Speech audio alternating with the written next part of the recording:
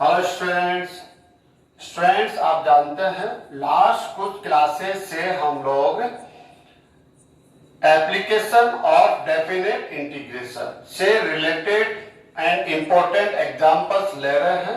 आज की क्लास में भी हम इंपॉर्टेंट एग्जांपल्स लेंगे और इस लेसन की और अच्छे से प्रैक्टिस करने की कोशिश करेंगे।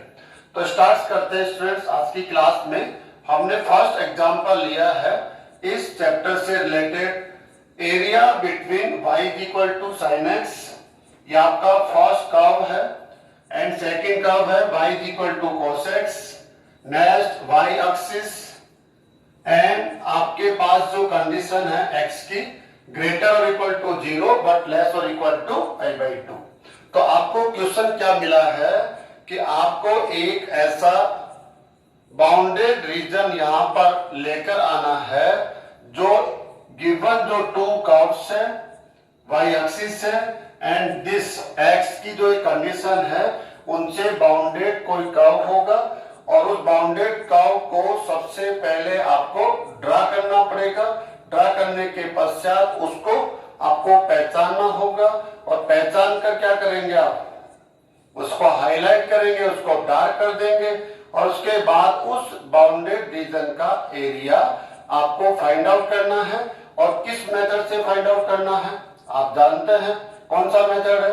Application of definite integration. इस बात का जरूर ध्यान रखें स्टूडेंट्स, जो लास्ट कुछ क्लासेस से हम एरिया फाइंड आउट कर रहे हैं उसमें ओनली एंड ओनली जो मेथड हम यूज ले रहे हैं वो मेथड कौन सा है? Application of definite integration. Definite integration आपने ऑलरेडी स्टडी कर लिया है, हम उसका यूज यहां पर कर रहे हैं। तो ओके स्टूडेंट्स, हम स्टार्ट करते हैं। फर्स्ट आपको करना क्या होता है, बार बार में मुझे नहीं लगता आपको बताना होगा, आपको क्या करना है, इनको ड्रा करना पड़ेगा, डायग्राम बनाना पड़ेगा। ये फर्स्ट ड्यूटी आपको हर एक क्वेश्चन में करनी है। ओके स्टूडेंट, स्टार्ट करते हैं। y equal to sine x. Condition क्या है, जब इस फंक्शन को हम ड्रा करेंगे, एक प्लेन पेपर पर ड्रा करेंगे, तो आपको ध्यान रखना है x की जो वैल्यू है वो मिनिमम 0 होगी और मैक्सिमम क्या होगी, π/2। Okay students, x axis and y axis, x and y पर xy प्लेन पर हम इसको ड्रा करेंगे। x एक्सिस होता था ये वाला, आपका y एक्सिस हो गया and origin point. Okay students, इसको हम और ओरिजिन पॉइंट है 0 पॉइंट हो गया और यहां पे हम इसको ले लेते हैं π/2। आपको ये कंडीशन गिवन है, जो आप डायग्राम लेंगे y equal to sine x and y equal to cos x, इसको आप ड्रा करेंगे इस रेंज के अंदर। इस रेंज के बाहर अगर आप ड्रा कर लेते हैं तो उसका इस क्वेश्चन से, इस आंसर से कोई लेना देना नहीं है। वो हमारी एक्स्ट्रा मेहनत हो जाएगी जो वेस्ट जाएगी, टाइम का कहीं ना कहीं हमें लॉस होगा, इसलिए हम लोग इस रेंज में ही रहेंगे तो हमारे लिए ज्यादा बेटर होगा। तो 0 रेडियन हो गया, ये π/2 रेडियन हो गया है। इन दोनों के बिटवीन हमें ड्रा करना है। तो ओके स्टूडेंट, चेक कीजिए, x की वैल्यू हम 0 यूज करते हैं तो यहां पुट कीजिए 0, तो y equal to sine 0। Sine 0 की वैल्यू क्या मिलती है स्टूडेंट्स आपको, 0। तो ये आपका फर्स्ट पॉइंट आपको मिल गया। नेक्स्ट x की वैल्यू क्या यूज करेंगे आप, π/2 रेडियन। यहां पुट कीजिए π/2 रेडियन, साइन π/2 रेडियन 1, तो y की वैल्यू आपको क्या मिलती है, 1। तो कहीं ना कहीं स्टूडेंट्स आपको ये लेना होगा कि जैसे हमने ये 1 ले लिया है तो π/2 यहां पर जो वैल्यू मिल रही है आपको 1। ओके स्टूडेंट्स, अब आप ट्रिग्नोमेट्रिक फंक्शन इसको ड्रा तो प्रीवियस क्लासेज में ड्रा किया ही है, तो इसका जो डायग्राम बनेगा स्टूडेंट्स वो कैसा बनेगा आप जानते हैं, ऐसे कर्व के फॉर्म में बनेगा स्टूडेंट्स। एक बार फिर से मैं इसको थोड़ा सा ठीक करने की कोशिश करता हूं, ऐसे कर्व के फॉर्म में बनेगा। अब आपके माइंड में ऐसा आ रहा होगा कि हमने डायरेक्टली इस पॉइंट को इस पॉइंट से ज्वाइन क्यों नहीं किया, स्केल का यूज करके डायरेक्टली ज्वाइन करना चाहिए था। वो इसलिए स्टूडेंट्स, कुछ स्टूडेंट जानते भी है, अच्छे से जानते हैं। इसका रीजन क्या है, ये जो फंक्शन है वो कर्व फॉर्म में होगा, ये स्ट्रेट लाइन के फॉर्म में नहीं होगा। तो एक कर्व है, अब क्यों होता है, ये ऐसे ही कर्व क्यों है इस टाइप से, इसमें टर्न क्यों नहीं हो रहा है, अदर टर्न क्यों नहीं हो रहा है ना, ये क्वेश्चन माइंड में स्टूडेंट्स के आ सकता है, नेचुरल क्वेश्चन है। तो बहुत सिंपल है, हमने जीरो एक्स की वैल्यू जीरो ली फर्स्ट, डायरेक्टली हमने क्या ले लिया π/2। आप इसके बिटवीन भी तो ले सकते हैं π/4, कोई भी एंगल यूज कर सकते हैं ना। तो आप यहां से x की वैल्यू क्या यूज करेंगे π/4, और यहां sin π/4 की वैल्यू यहां पर पुट करिए, तो sin π/4 स्टूडेंट्स क्या वैल्यू होती है, sin π/4 की वैल्यू sin 45 डिग्री, जानते हैं जानते हैं आप लोग, तो ये वैल्यू होती है 1/√2, क्या होती है स्टूडेंट्स 1/√2। ओके ओके स्टूडेंट्स,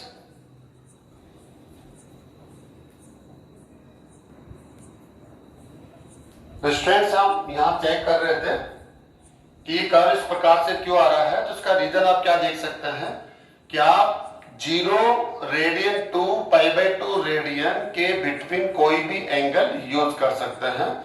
जैसे हम एंगल यूज करते हैं, जैसे π/3 ले सकते हैं, π/4 ले सकते हैं, π/6 ले सकते हैं ना, ऐसे आप देखेंगे तो आसानी से इसको समझ सकते हैं। मैं दे देता हूं एग्जांपल, अगर हम लोग π/6 लेते हैं 30 डिग्री, तो 30 डिग्री लेंगे, यहां पर आप π/6 पुट करेंगे तो y = sin π/6 वैल्यू क्या मिलेगी स्टूडेंट्स आपको 1/2, तो ये आपका पॉइंट होगा। फिर नेक्स्ट π/4 लेंगे तो वैल्यू मिलेगी आपको, पुट करिए आप sin π/4, तो y = 1/√2, तो ये आपको पॉइंट मिलेगा स्टूडेंट्स। एंड नेक्स्ट π/3 अगर आप यूज करते हैं 60 डिग्री, sin 60 डिग्री की वैल्यू क्या मिलेगी √3/2 स्टूडेंट्स। इस प्रकार से आपको ये पॉइंट्स मिलेंगे। जब इन सभी पॉइंट्स को आप स्केल से ज्वाइन करना चाहेंगे तो वो पॉसिबल नहीं होगा, इसलिए हम स्केल का यूज नहीं करते हैं, क्योंकि यहाँ पर एक कर्व फॉर्म में होगा और डायरेक्टली हम लोग इसको ऐसे ड्रा कर लेते हैं। तो आपको समझ में आ गया होगा। उसके आफ्टर भी आप इसको ड्रा कर सकते हैं, कैसे, अगर आप इसको कंटिन्यू करेंगे, इस रेंज के अगर भाग देना चाहेंगे तो स्टूडेंट इस प्रकार से ये डायग्राम बनता है। ऐसे आप जानते हो कि ऐसे डायग्राम चलता है ये वाला, इसके बैक साइड में चलेंगे तो यूं ऐसे ऐसे डायग्राम रन करता है। लेकिन अभी हमने उसको इग्नोर किया हुआ है, क्योंकि हमारा जो टारगेट है वो रेंज है 0 to π/2, ये रेंज है, तो 0 to π/2 को हमने ड्रा कर लिया है। ओके स्टूडेंट्स, तो ये डायग्राम किसका बना दिया हमने, y = sin x, इसका हमें ध्यान रखना है। Okay, next y = cos x, इसी रेंज में ड्रा करना है, तो पुट करिए आप 0 रेडियन पुट करेंगे, cos 0 वैल्यू क्या मिलेगी स्टूडेंट्स आपको 1, फर्स्ट पॉइंट क्या मिल रहा है आपको, अगर आप 0 पुट करते हैं cos 0 की वैल्यू 1, तो y = क्या मिल गया 1, तो 0 1, ये आपका फर्स्ट पॉइंट हो गया 0 1। सेकंड आप π/2 पुट करेंगे डायरेक्टली, तो cos π/2 की वैल्यू क्या होती है 0, तो y की वैल्यू 0 मिल गई है, तो हमें सेकंड पॉइंट क्या मिला, ये मिल गया स्टूडेंट्स। जब हम दोनों को ज्वाइन करेंगे तो ये भी कर्व फॉर्म में आएगा, आपको कोई कंफ्यूजन नहीं होना चाहिए, ऐसा बनेगा स्टूडेंट्स। अगर हम इसको इस साइड में देखना चाहेंगे तो ये ऐसे आगे बढ़ेगा स्टूडेंट्स, और अगर हम ऐसे जाना चाहेंगे तो ये ऐसे आगे बढ़ जाएगा।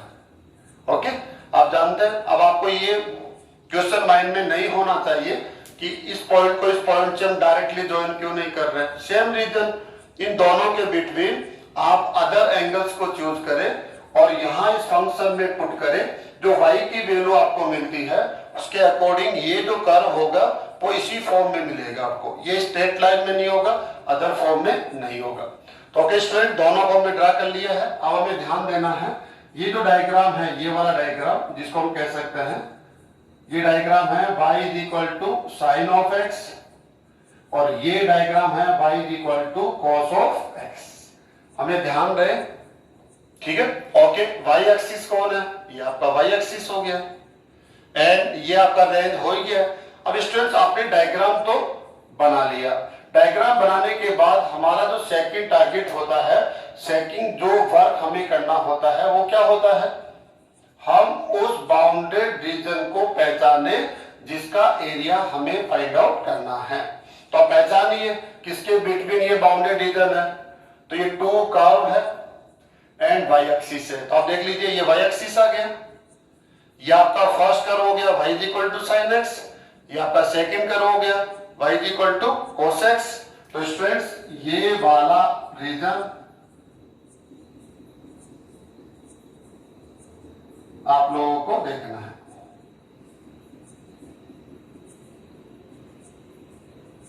यहां पर एक क्वेश्चन उठ सकता है कि ये आगे जाके भी तो कट करेंगे इससे, है ना, उनको क्यों लेंगे, क्यों नहीं ले रहे हम लोग, उसका रीजन है क्योंकि पाई बाई 2 से आपको आगे नहीं जाना है और जीरो एक्स की वैल्यू जीरो से आपको पीछे नहीं आना है, ठीक है। लेस देन वैल्यू आपको यूज नहीं करनी है और पाई बाई 2 से ग्रेटर देन वैल्यू भी आपको यूज नहीं करनी है।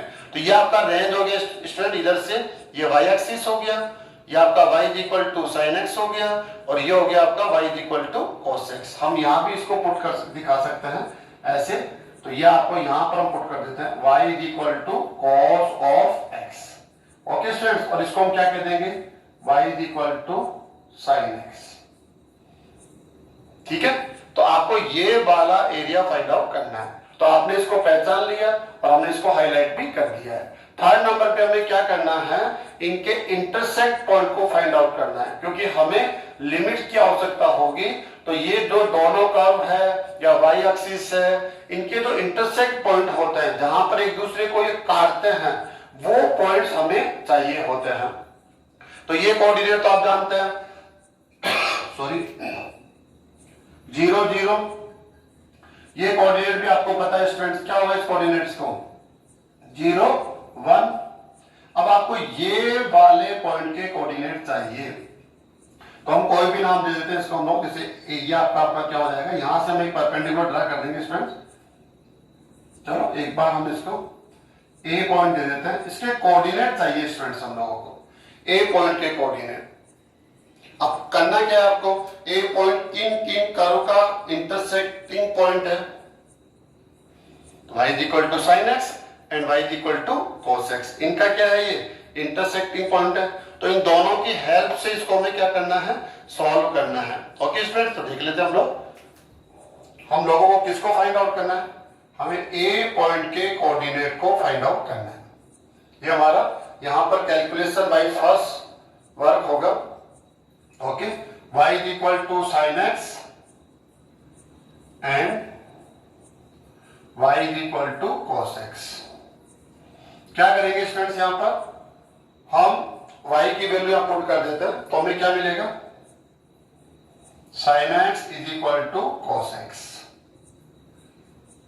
ट्रिग्नोमेट्रिक इक्वेशन है, इक्वेशन तो आप है लेकिन ट्रिग्नोमेट्रिक इक्वेशन है।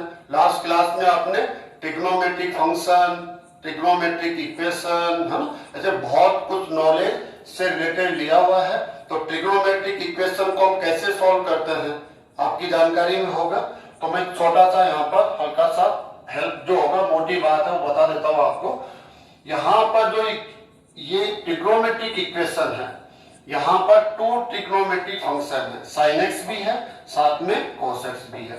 आप इसको तब तक सॉल्व नहीं कर पाएंगे जब तक कि हम इसको सिंगल ट्रिग्नोमेट्रिक फंक्शन में कन्वर्ट नहीं कर लेते। Single trigonometric, completely sine x के फॉर्म में या कंप्लीटली cos x के फॉर्म में या अदर कोई function tan x, sec x, cos x, कोई भी एक सिंगल ट्रिग्नोमेट्रिक फंक्शन में कन्वर्ट नहीं कर लेते हैं तब तक इसका सॉल्यूशन हमारे लिए पॉसिबल नहीं होगा।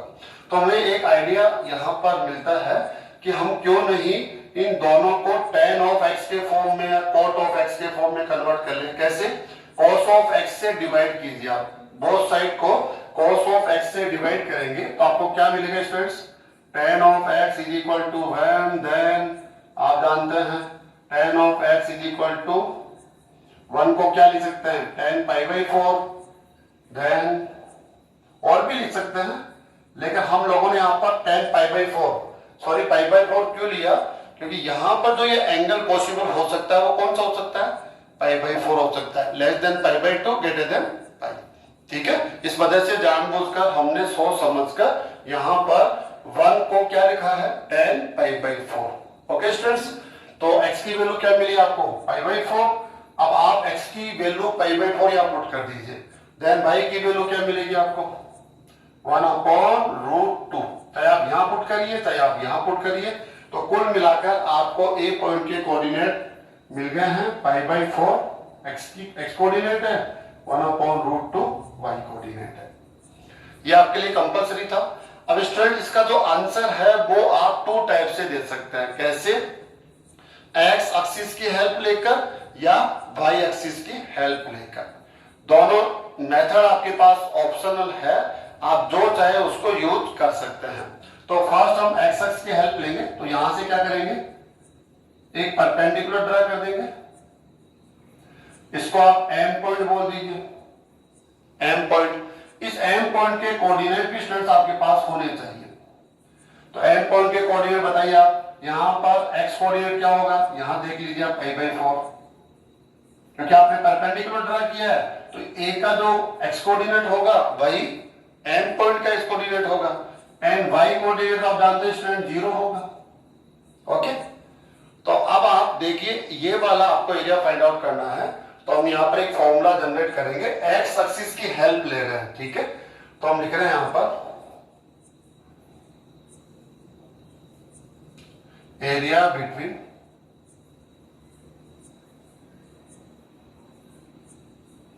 कैसे कहते हैं, area of region. Okay student बोलिए, ओ ए, इसको स्टूडेंट्स कोई ना कोई आपको बोलना पड़ेगा, इसको हम बी बोल देते हैं, O A B O is equal to, देख लीजिए ओ A B O, O A B ओ, समझ आ गया स्टूडेंट्स आपके, ओ ए बी ओ। ओके, ये किसके इक्वल होगा, तो आप ध्यान से देखेंगे, एरिया ऑफ रीजन, यहां पर हम रीजन बनाएंगे O M A B O, O M A B O, ध्यान से देखेंगे समझ आएगा, ओ एम ए बी ओ, इसमें से माइनस कर देंगे हम लोग, किसको, माइनस एरिया ऑफ रीजन, किसको माइनस कर देंगे, ओ एम ए ओ, ओ एम ए ओ। ऐसा क्यों किया जाता है, लास्ट कुछ क्लासेस से हम ऐसा करते हुए आ रहे हैं। इसका रीजन क्या है कि यहां पर एरिया बिटवीन 2 कर्व्स है, फर्स्ट कर्व सेकंड कर्व। अगर आपके पास प्रैक्टिस है, आप नॉलेज रखते हैं, तो डायरेक्टली भी हम लोग इन दोनों के बिटवीन जो रीजन है उसका एरिया आप फाइंड आउट कर सकते हैं, अगर आप प्रैक्टिस पर है, आपने उस सिस्टम को समझा है। लेकिन अगर आपने एरिया बिटवीन 2 कर्व्स इसको उस फॉर्म से नहीं सीखा जो हम डायरेक्टली करते हैं, तो इनडायरेक्टली हम कैसे हेल्प लेते हैं कि हम एक्स एक्सिस या वाई एक्सिस में से किसी एक एक्सिस की हेल्प लेते हैं। कैसे, जो ये आपका बाउंडेड रीजन है, शेडेड रीजन है, इसको हम ऐसे 2 और मोर जो आपके बाउंडेड रीजन्स में डिवाइड करते हैं कि जिनमें कहीं ना कहीं एक्स एक्सिस शामिल होता हो, रहता हो, एक्स एक्सिस उसमें रहना चाहिए। तो हमने क्या किया, इस शेडेड रीजन को कैसे यहां पर एक्सप्रेस किया, देख लीजिए आप, ओ ए बी ओ, ये शेडेड रीजन हो गया, इसको हम इक्वल कर रहे हैं, equal to O M A B O. ये जो कंप्लीट आपका रीजन है, इसमें से माइनस करेंगे ओ एम ए ओ, इसको माइनस कर देंगे। तो आप देख रहे हैं जो 2 रीजन्स हमने यहां पर लिए हैं, शेडेड रीजन को इस फॉर्म में हमने एक्सप्रेस किया है, इन दोनों में विशेषता क्या है, विशेषता यह है कि यहां पर भी एक्स एक्सिस है और यहां पर भी जो वन साइड है वो कौन है, एक्स एक्सिस है। ठीक है, तो हम लोग देख रहे हैं, इसका यूज करके हम आंसर दे देंगे। तो ओके स्टूडेंट्स, फर्स्ट हम area of region O A M B O, ये वाला देखते हैं, ओ ए, कहां है सिस्टम, ये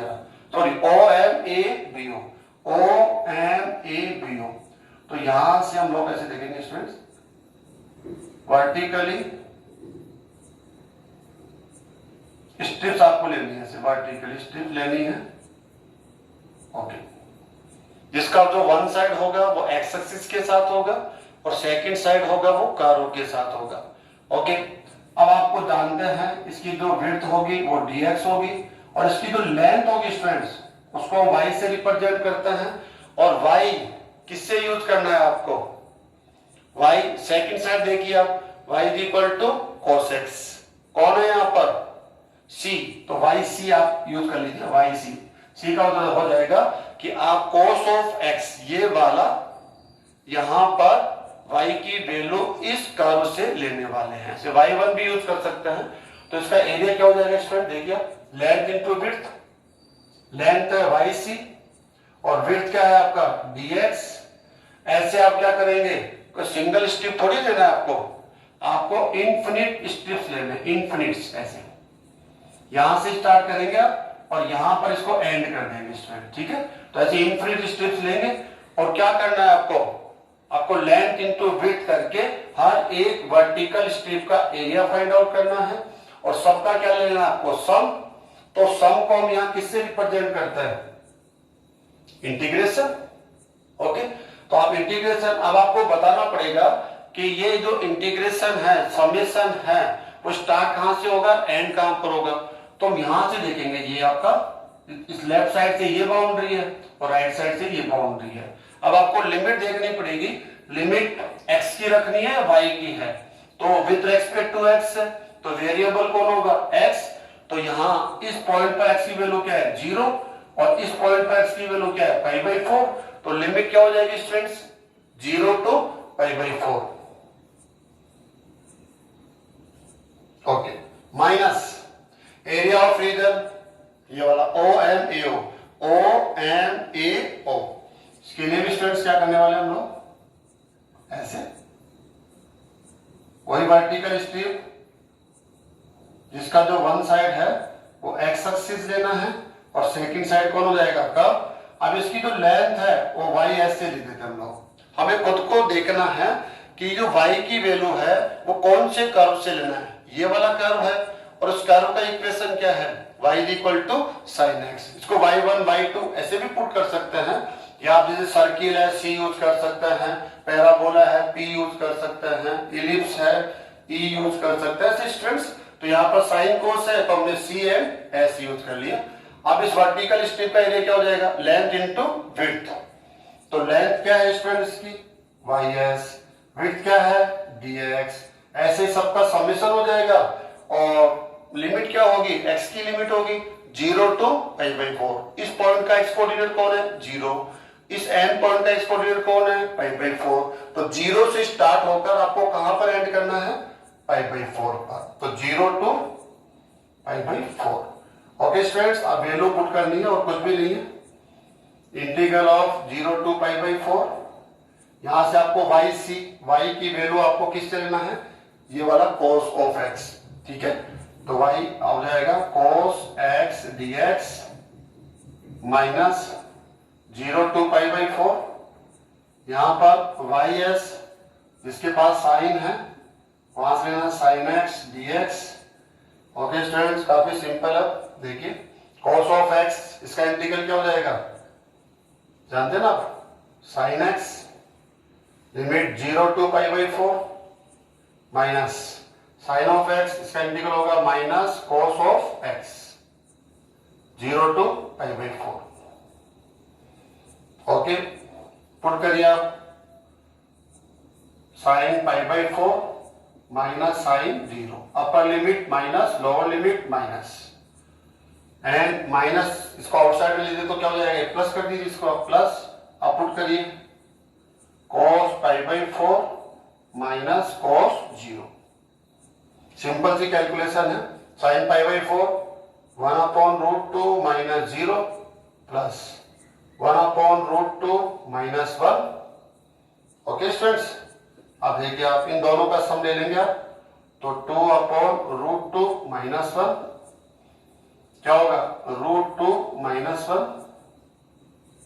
अब इसकी यूनिट आप जरूर लिखेंगे, स्क्वायर यूनिट। ये हमेशा पॉजिटिव होना चाहिए और पॉजिटिव ही है, क्योंकि √2 की वैल्यू क्या होती है 1.4 समथिंग होती है, तो ये ग्रेटर देन है इससे, इसलिए क्या होगा पॉजिटिव होगा। अगर ये नेगेटिव आ जाता है तो हमारी ड्यूटी बनती है कि हम इसको पॉजिटिव बनाकर रखें। तो इस क्वेश्चन का, इस एग्जाम्पल का जो आंसर देने का जो फर्स्ट मेथड है, जिसमें हमने एक्स एक्सिस को यूज किया है, किसको यूज किया स्टूडेंट्स, एक्स एक्सिस को यूज किया है, उसको यूज करके हम कैसे आंसर दे सकते हैं वो हमने यहाँ पर देख लिया है। सेम यही क्वेश्चन हम कंटिन्यू करेंगे, लेकिन हम उसका किसका यूज करने वाले हैं, वाई एक्सिस। अगर हम वाई एक्सिस को यूज करके इसका आंसर देंगे तब इसका आंसर कैसे दिया जा सकता है बहुत स्टूडेंट जानते होंगे, फिर भी हम इसको एक बार देख लेते हैं। अगर किसी स्टूडेंट को प्रॉब्लम है तो वो इसको यहाँ से सीख सकता है, और आने वाले आप किसी भी क्वेश्चन में ऐसे डबल मेथड अप्लाई कर सकते हैं। आप सोच सकते हैं कि कौन सा मेथड मेरे लिए ज्यादा आसान होगा और लिमिट टाइम में, कम से कम समय में मैं किस मेथड से आंसर दे सकता हूं, ऐसा ऑप्शन आपके पास फिर उपलब्ध रहेगा। तो स्टूडेंट सेकेंड मेथड से हम इस क्वेश्चन का आंसर और देना चाहेंगे।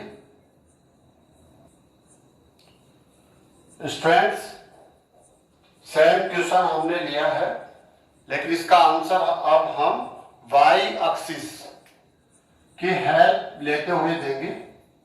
करना क्या है, आपको इस शेडेड एंड बाउंडेड रीजन का एरिया फाइंड आउट करना है। अब वाई एक्सिस की हेल्प कैसे लेंगे, आप देख रहे हैं जो वाई एक्सिस की हेल्प लेंगे तो लेफ्ट साइड से वाई एक्सिस है, यहां से इसके अप साइड से y equal to cos x, ये कर्व है, एंड इसके डाउन साइड में क्या है y equal to sin x, ये वाला कर्व है। तो स्टूडेंट जब हम लोग क्या कर रहे हैं यहाँ पर, ये जो आप हॉरिजॉन्टल आप स्ट्रिप्स लेंगे तो आप देख रहे हैं जब ये हॉरिजॉन्टल स्ट्रिप लेंगे ये वाला ऐसे, तो इसका जो वन साइड है, इसका जो वन साइड है वो क्या होगा स्टूडेंट, देखिए वाई एक्सिस इसका साथ है, एंड सेकेंड साइड क्या है, ये कर्व है y equal to sin x। लेकिन जैसे ही हम इसको अप साइड में लेंगे, यहां लेंगे स्टूडेंट्स, देखिए आप यहां पर देखिए इसको, तो आप देख रहे हैं इसका जो वन साइड है वो क्या है y एक्सिस के साथ है, लेकिन जो सेकंड साइड है वो second curve y equal to cos x के साथ है। तो जब हम यहां से यहां तक इसे हॉरिजॉन्टल स्ट्रिप्स में डिवाइड करते हैं तो हम क्या देखते हैं, यहां से यहां तक आने पर जो स्ट्रिप्स है उसका सेकंड साइड क्या होता है, एक कर्व से दूसरे कर्व के साथ आ जाता है। यहां पर आप देख रहे हैं y equal to sin x, जो यहां से यहां तक कंटिन्यू करेगा, लेकिन ए पॉइंट के ऊपर जाते ही यहां पर ये कर्व क्या होता है, चेंज हो जाता है। तो जब हम इसकी लेंथ लेंगे, लेंथ इस प्रकार से लेंगे हम लोग, ओके स्टूडेंट्स, तो लेंथ लेंगे तो हम कंफ्यूज हो जाते हैं कि लेंथ हम इस कर्व से ले या इस कर्व से ले। तो इसलिए हम क्या करते हैं, जहां पर ये कर्व चेंज होता है वो पॉइंट कौन है, ए। तो ए पॉइंट से हम वाई एक्सिस पर एक परपेंडिकुलर ड्रा कर लेते हैं, ऐसे ऐसे स्टूडेंट ड्रा कर लेंगे, इसको आप एन पॉइंट बोल दीजिए, एन पॉइंट। अब क्या होगा, ये वाला रीजन हम अलग कैलकुलेट करेंगे, इस रीजन का एरिया हम अलग कैलकुलेट करेंगे और दोनों का सम ले लेंगे हम लोग। इस रीजन में भी वाई एक्सिस है, इस रीजन में भी वाई एक्सिस है, तो हम वाई एक्सिस की हेल्प लेते हुए ये कार्य कर रहे हैं। लेकिन आपके पास होना क्या चाहिए, एम के कोऑर्डिनेट, क्योंकि हमारे लिए ये एम पॉइंट क्या होगा, यहाँ पर लिमिट में हेल्प करने वाला है।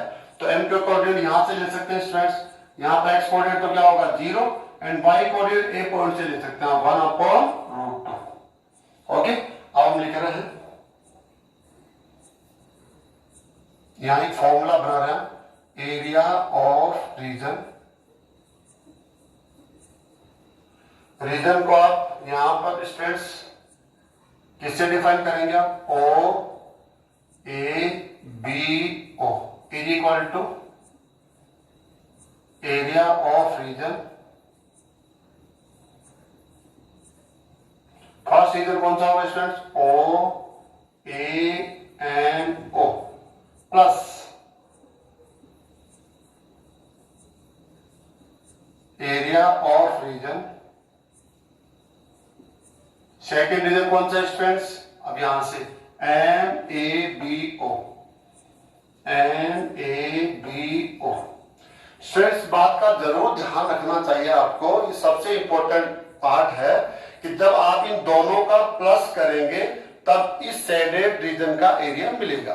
लेकिन कई क्वेश्चंस ऐसे होते हैं कि जब हम ये वाला एरिया फाइंड आउट करते हैं और ये वाला एरिया फाइंड आउट करते हैं तो हम तो प्लस करना चाह रहे हैं, लेकिन दोनों में से कोई एक एरिया पॉजिटिव आ जाता है, कोई दूसरा क्या हो जाता है, नेगेटिव हो जाता है।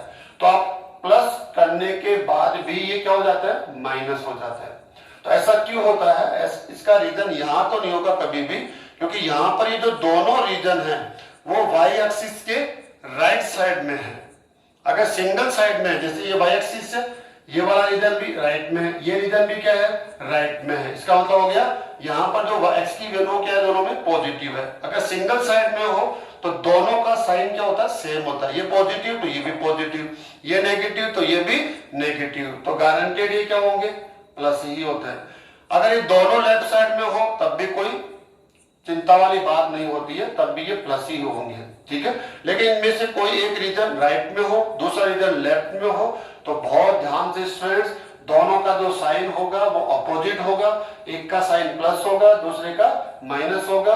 तो आप प्लस करने से पहले ये वाला एरिया, इसको आप पॉजिटिव मॉडुलस यूज करें, इसके साथ भी क्या यूज करें आप, मॉडुलस।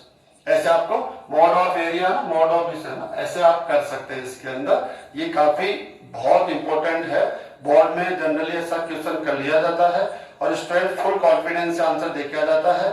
उसको ये आइडिया ही नहीं होता है कि एक साइन की वजह से मेरा जो आंसर है, फाइनल आंसर है, वो रॉन्ग हो गया है और बाद में आके काफी उसको दुख होता है, पछतावा होता है कि मुझे पता था लेकिन मेरा उस समय ध्यान नहीं गया। तो हर समय प्रैक्टिस करते समय जब भी आप प्लस करना चाह रहे हैं तो इसका ध्यान दें, दोनों का साइन सेम होना चाहिए।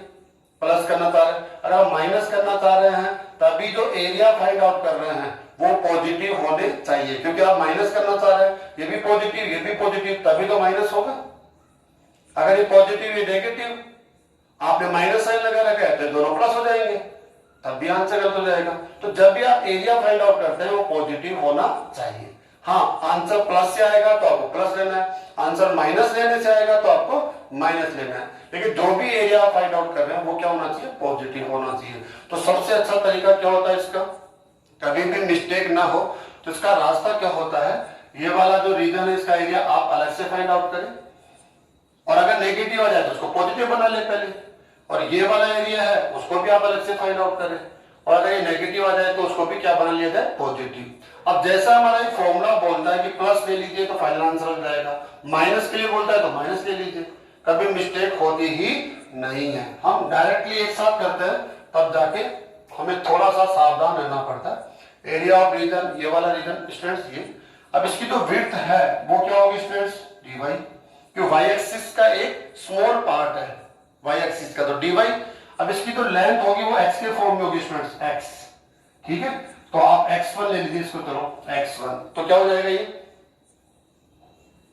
इस स्ट्रिप का एरिया क्या हो जाएगा, length into width x1 dy। और ऐसे इनफिनिट स्ट्रिप्स लेंगे हम लोग यहां से लेकर यहां तक और सबका एरिया फाइंड आउट करेंगे और सबका हम सम ले लेंगे। तो सम के लिए हम इंटीग्रल यूज करते हैं, इंटीग्रेशन। अब लिमिट बोलिए, लिमिट किसकी पुट करनी है आपको, वेरिएबल कौन है, y, तो y की लिमिट बोलिए। यहां पर आपके कोऑर्डिनेट क्या है, 0 0, यहां से लेकर यहां देख रहे हैं तो यहां से y कोऑर्डिनेट पढ़िए 0, यहां y कोऑर्डिनेट पढ़िए 1/√2, y के लिमिट में y के कोऑर्डिनेट पढ़ लेना आपको, तो 0 to 1/√2 प्लस सेकेंड ये वाला रीजन है, यहां से लेकर यहां तक ये रन कर रहा है, तो इसमें भी इसकी विड्थ क्या होगी, dy, लेंथ क्या हो जाएगी, x2, क्या लेते हैं इसको हम लोग, x2, लेंथ इंटू विड्थ, ये समेशन हो गया है और लिमिट होगी students with respect to y है, तो m to b, यहां से यहां तक आप रन करेंगे, ये आपका जो स्ट्रिप है वो यहां से स्टार्ट होगा और यहां तक एंड हो जाएगा। तो यहां पर y की वैल्यू क्या है, 1/√2 और बी पॉइंट पर y की वैल्यू क्या है 1, तो क्या मिलेगा 1/√2 to 1। अब आपको x1 और x2 इन दोनों स्ट्रिप्स की क्या है, ये लेंथ है, लेंथ पुट कर देना है 0 to 1/√2 फर्स्ट x1। अब x1 ये वाला स्ट्रिप है, ये वाला स्टूडेंट, यहां से x की वैल्यू निकालनी है आपको। x1 का मतलब x की वैल्यू, तो स्टूडेंट क्या मिलेगा आपको, x की वैल्यू साइन इनवर्स y। तो फर्स्ट फंक्शन कौन हो गया आपका, sine inverse y integral with respect to y plus 1/√2 to 1। x2 की वैल्यू आप इस कर्व से लेंगे, क्योंकि इसका जो सेकंड साइड है स्ट्रिप का वो इस कर्व के ऊपर है। कर्व का इक्वेशन क्या है, y cos x। तो यहां से x की वैल्यू निकालिए आप, cos ऑफ x से x की वैल्यू क्या हो जाएगी, cos inverse y integral with respect to y। उसके आफ्टर तो आप जानते ही स्टूडेंट्स कैसे करेंगे, आप देखिए आप इसका इंटीग्रल आप खुद ही फंस गए ना यहाँ पर। जैसे हम सेकेंड मेथड पर आए, कंप्लीट करेक्ट है, यहाँ पर कोई प्रॉब्लम नहीं है। यहाँ आने के बाद हम लोगों को प्रॉब्लम क्रिएट हो रही है। अब हमने क्या किया, यहाँ पर y एक्सिस का यूज किया है और फर्स्ट मेथड में हम x एक्सिस को यूज कर रहे थे।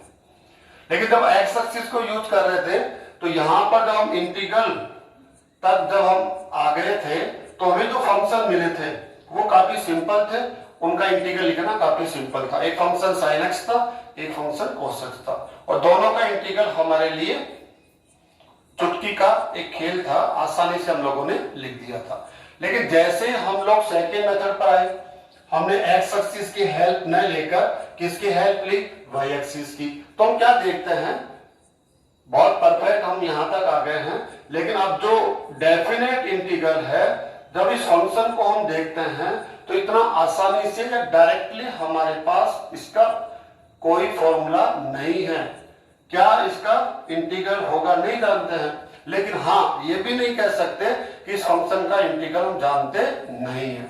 आप कैसे करेंगे, इंटीग्रेशन बाय पार्ट्स। एक मेथड स्टूडेंट्स आपने पढ़ा होगा, जब भी इनवर्स ट्रिग्नोमेट्रिक फंक्शन हो, लॉग फंक्शन हो, ऐसी कंडीशन के अंदर, और भी कंडीशंस है, अगर आप वहां पर जाके देखेंगे, आपने पढ़ा भी है, हमने कंप्लीटली उसको बहुत ध्यान से पढ़ा है, आपने प्रैक्टिस करी है, तो आपको जरूर ध्यान में आएगा। इनवर्स ट्रिग्नोमेट्रिक फंक्शन का जब भी आपको इंटीग्रल लेना हो तो यहाँ पर फर्स्ट फंक्शन तो ये रह जाएगा, सेकंड फंक्शन किसको बनाएंगे आप, सेकंड फंक्शन बनाएंगे 1 इंटू 1 आप यूज करके इस फंक्शन का इंटीग्रल लेंगे।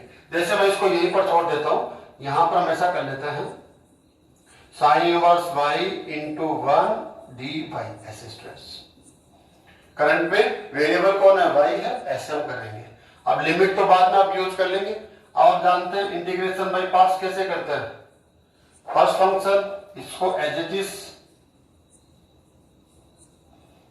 आइलेट आपको याद होगा ना, आइलेट वाला फॉर्मूला, इनवर्स फंक्शन, ये फर्स्ट फंक्शन हो गया, ये एल्जेब्रिक फंक्शन, ये सेकंड फंक्शन हो जाएगा। सेकंड फंक्शन का आप क्या लेंगे, इंटीग्रल लेंगे with respect to y minus first function का डेरिवेटिव। हल्का सा मैं आपको याद दिला देता हूं क्योंकि आप शायद प्रैक्टिस पे नहीं होगी, sorry, with respect to y चल रहा है यहां पर y, और फर्स्ट सेकंड फंक्शन का अगेन इंटीग्रल, और जो यहां से आपको मिलता है उसका फिर इंटीग्रल। जब आप इसको सॉल्व करेंगे तो क्या मिलेगा, सॉरी यहां पर y है, बार बार हम गलती कर रहे हैं क्योंकि जनरली हम x लेते हैं इसलिए ध्यान आता है। With respect to y integral क्या हो जाएगा, y माइनस इंटीग्रेशन, इसका डेरिवेटिव क्या होगा 1/√1 minus y square into y dy। Okay students, तो ये तो आपका फाइनल आंसर आएगा। अभी एक ये फंक्शन और है, इसका इंटीग्रल करना है। अब कैसे करना आप जानते हैं, फिर एक आपने मेथड पढ़ा होगा, integration by substitution. Integration by substitution student, जब आप ये फंक्शन है रूट के इनसाइड देखिए आप 1 माइनस वाई स्क्वायर, अगर आप इसको देखेंगे तो इसका जो डेरिवेटिव होता है वो 2y होता है। तो y तो हमारे पास है, 2 तो कांस्टेंट है, वो तो मैनेज हो जाएगा, लेकिन y है ना, तो हम इस रूट के इनसाइड 1 माइनस वाई स्क्वायर को किससे सब्स्टिट्यूट करेंगे? टी स्क्वायर से। जैसे टी स्क्वायर से सब्स्टिट्यूट करेंगे तो आप देखेंगे ये जो फंक्शन है एक स्टैंडर्ड फॉर्म में आ जाएगा, जिसका इंटीग्रल ऑलरेडी आप जानते हैं। तो उस मेथड को, उस फॉर्मूले को यूज करके इंटीग्रल पुट कर देंगे। फाइनली वापस टी को वाई के फॉर्म में ले आएंगे और आपको लिमिट और पुट करनी है भाई, लिमिट भी पुट करनी है ना आपको, अपर लिमिट माइनस लोअर लिमिट। ऐसा आप इसके साथ करेंगे और ऐसा ही किसके साथ करेंगे? इसके साथ करेंगे। ऐसे समझ रहा है स्टूडेंट्स? अगर आपको थोड़ी सी मेहनत बचानी है, दोनों को सेम करना है, तो एक और हमारे पास ऑप्शन है। किसको यूज कर सकते हैं? आप यूज कर सकते हैं, हमारा एक फॉर्मूला है, सेकेंड लेसन है इसी 11th क्लास का, sine inverse x plus cos inverse x is equal to pi by 2। ये आप यूज कर सकते हैं। तो cos इनवर्स x या cos इनवर्स y को भी आप sin इनवर्स y में कन्वर्ट कर सकते हैं। तो आप sin इनवर्स y है, आपको क्या पुट कर देंगे? पाई by 2 minus sin inverse y, तो ये भी sin इनवर्स y हो जाएगा। दोनों में क्या करना है? इंटीग्रल दोनों का सेम होगा, क्योंकि sin inverse y sin inverse y। आपको लिमिट डिफरेंट रखनी है यहाँ पर। इसकी लिमिट है 0 टू 1/2, इसकी लिमिट है 1/√2 और 1/√2 टू 1। तो ऐसा करके आप अपना टाइम सेव कर सकते हैं। लेकिन फिर भी हमने इस क्वेश्चन से इतना तो समझ लिया कि दोनों जो मेथड हमने यूज लिए हैं, फर्स्ट मेथड में हम एक्स एक्सिस के हेल्प ले लेते हैं, जो हमारे लिए काफी आसान था। सेकेंड मेथड में हम वाई एक्सिस की हेल्प ले लेते हैं, जो हमारे लिए काफी टफ हो गया है। अगर आप इस क्वेश्चन का आंसर सेकेंड मेथड से देंगे तो कहीं ना कहीं आपको एक लिमिट से ज्यादा टाइम इस आंसर को देने में लगेगा, और उसका नुकसान क्या होगा? आने वाले और क्वेश्चंस के सॉल्यूशन भी तो आपको देने हैं, वहां पर आपको थोड़ा सा स्पीड से जाना पड़ेगा। और आप जानते हैं स्पीड तो प्रॉब्लम करती है, ये तो आप जानते हैं, स्पीड से मिस्टेक्स के होने के चांसेस बढ़ जाते हैं। तो ये आपको समझाने की मुझे नहीं लगता कि कहना चाहिए। तो आपको ये जरूर सोचना पड़ेगा कि मेथड्स आपके पास डिफरेंट है, लेकिन आप कौन सा मेथड वहां चूज करते हैं ये काफी इंपॉर्टेंट हो जाता है। ठीक है, एक मेथड है तो काफी आसानी से कम समय में आंसर दे देता है, दूसरा मेथड भी आंसर देता है, करेक्ट आंसर देता है, लेकिन काफी टाइम लेने और देने के बाद। तो हमें ये देखना होगा स्टूडेंट्स। नेक्स्ट और सेकंड क्वेश्चन हम लोग आज की क्लास में लेंगे। तो आप ऐसे गलतियां करते रहिए और सीखते जाइए।